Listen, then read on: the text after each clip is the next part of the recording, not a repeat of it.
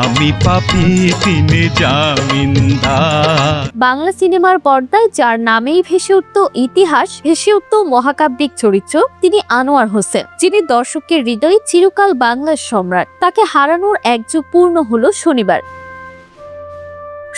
বাংলা চলচ্চিত্রের মুকুটহীন সম্রাট কিংবদন্তি এই অভিনেতার প্রয়াণের এক যুগ পূর্ণ হলো। 2013 সালের 13ই সেপ্টেম্বর এই তারকা পৃথিবীর মায়া ত্যাগ করেন। 1958 সালে তোমার আমার ছবির মাধ্যমে যাত্রা শুরু করেন তিনি। তবে আসল খ্যাতি আসে নবাব সিরাজউদ্দৌলা সিনেমার মাধ্যমে। সেই নাম ভূমিকায় অভিনয় করে পেয়েছিলেন বাংলার সম্রাট উপাধি। এরপর 5 দশকের ক্যারিয়ারে অভিনয় করেছেন 5 শতাধিক সিনেমায়।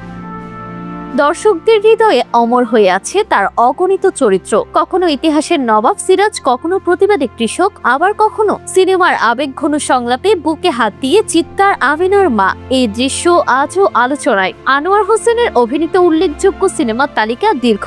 এর মধ্যে আছে নাগরদোলা, জীবন থেকে নেয়া, সূর্য স্নান, লাঠিয়াল, অপরাজেয়, শহীদ তিতুমির, ঈশা খা, গোলাপি এখন ট্রেনে, নয়নমণি, ধীরে বহে মেঘনা সহ আরো অসংখ্য কালোজয়ী ছবি।